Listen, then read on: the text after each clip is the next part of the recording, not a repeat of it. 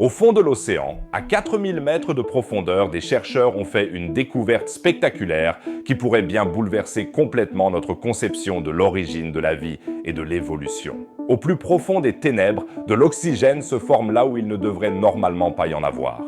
Restez avec nous pour découvrir de quoi il s'agit, quelles conséquences révolutionnaires cette découverte pourrait avoir et pour voir les images originales fascinantes du fond océanique. Bienvenue à tous.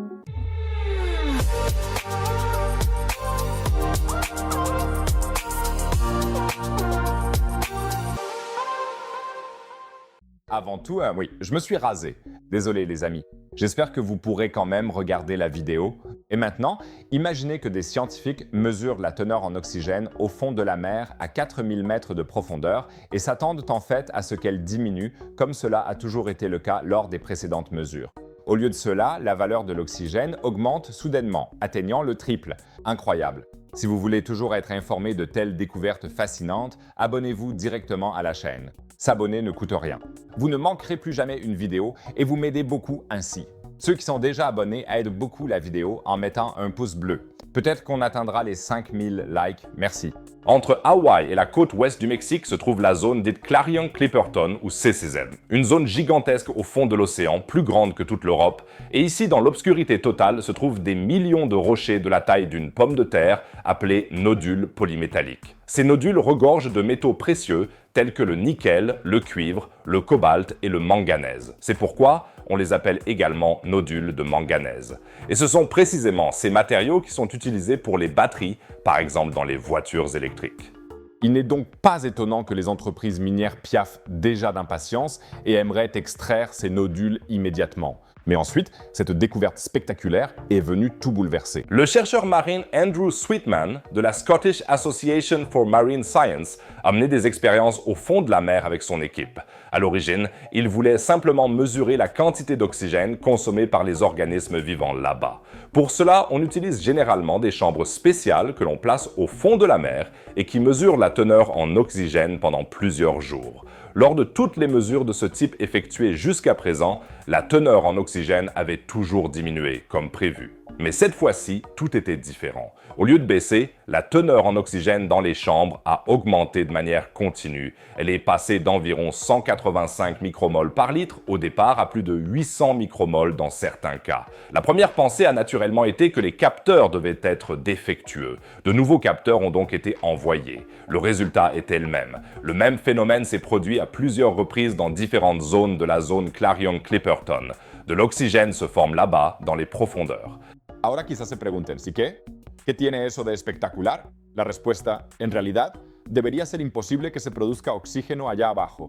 Jusqu'à présent, nous partions du principe que l'oxygène sur Terre était produit presque exclusivement par la photosynthèse, c'est-à-dire par les plantes, les algues et les cyanobactéries qui utilisent la lumière du soleil pour produire de l'oxygène à partir du CO2 et de l'eau. Mais à 4000 mètres de profondeur, la lumière du soleil est quasi inexistante. C'est pourquoi les chercheurs appellent cet oxygène nouvellement découvert oxygène sombre. Andrew Sweetman commente cette découverte. Pour que la vie aérobie puisse apparaître sur notre planète, il fallait de l'oxygène. Et nous pensions jusqu'à présent que l'approvisionnement en oxygène de la Terre avait commencé avec les organismes photosynthétiques. Mais nous savons désormais que l'oxygène est produit dans les profondeurs marines, où il n'y a pas de lumière. Je pense donc que nous devons nous interroger sur la manière dont nous envisageons cela. Où la vie aérobie a-t-elle pu apparaître? C'est vraiment une déclaration révolutionnaire, quand on y réfléchit.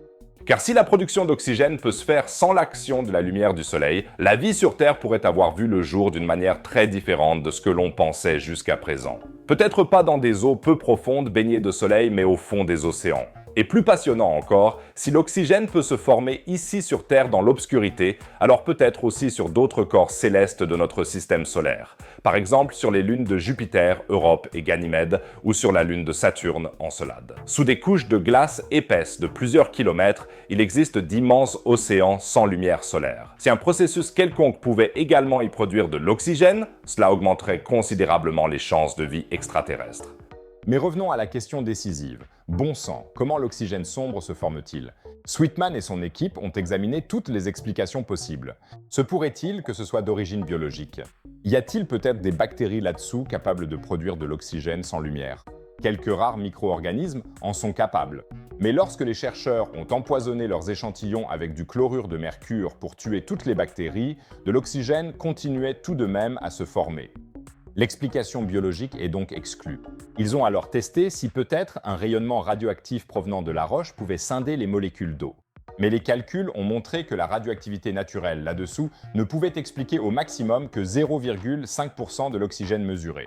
Donc ce n'est pas non plus une solution. Et puis vint l'explication la plus probable, les nodules polymétalliques eux-mêmes. Ces amas métalliques pourraient fonctionner comme des batteries naturelles. En effet, les nodules se développent couche après couche pendant des millions d'années, et différents métaux s'y déposent. Comme nous l'avons dit, du manganèse, du nickel, du cuivre, du cobalt. Ces différentes couches métalliques ont des potentiels électriques différents.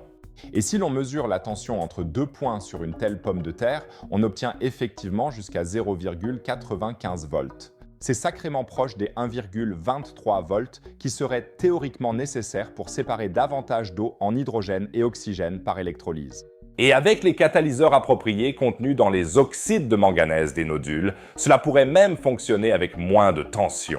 Les nodules pourraient donc fonctionner comme des millions de minuscules cellules d'électrolyse, produisant en permanence de petites quantités d'oxygène. Andrew Sweetman le décrit ainsi. Et si l'on avait des millions de ces minuscules batteries sur des particules d'oxyde de manganèse dans les nodules et que des électrons circulaient à travers la structure interne de l'oxyde de manganèse? Des géobatteries naturelles au fond de l'océan qui produisent de l'oxygène depuis des millions d'années. Et c'est là que cela devient vraiment explosif pour l'industrie minière, car si ces nodules jouent effectivement un rôle important dans l'écosystème des grands fonds marins, leur exploitation industrielle pourrait être une catastrophe écologique. L'océanographe Lisa Lovin, qui n'a pas participé à l'étude, déclare à ce sujet « C'est un excellent exemple de ce que signifie avoir les grands fonds marins comme frontière, comme une partie relativement inexplorée de notre planète. » Il y a encore de nouveaux processus à découvrir qui remettent en question nos connaissances sur la vie dans nos océans. La production d'oxygène au fond de l'océan par les nodules polymétalliques est une nouvelle fonction de l'écosystème qui doit être prise en compte dans l'évaluation de l'impact de l'exploitation minière en eau profonde. Nous en savons si peu sur les grands fonds marins, plus de 80% des océans sont encore inexplorés. Et maintenant, nous découvrons qu'il se passe peut-être là-bas des processus fondamentaux dont nous n'avions aucune idée. La production d'oxygène sans lumière change notre compréhension de l'origine de la vie, de l'évolution, des possibilités de vie sur d'autres mondes. Bien sûr, cette étude fait également l'objet de critiques. Certains scientifiques, y compris de façon intéressante, ceux de l'entreprise minière qui a partiellement financé la recherche, doutent des résultats. C'est pourquoi Andrew Sweetman va maintenant retourner dans la zone Clarion-Clipperton avec une équipe de recherche encore plus grande.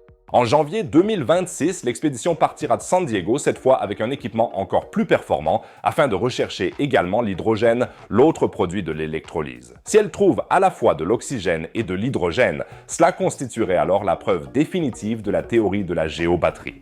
Je suis impatient de voir les résultats, car cela montre une fois de plus tout ce que nous ignorons sur notre propre planète et souligne l'importance de la recherche pour protéger les écosystèmes marins à long terme.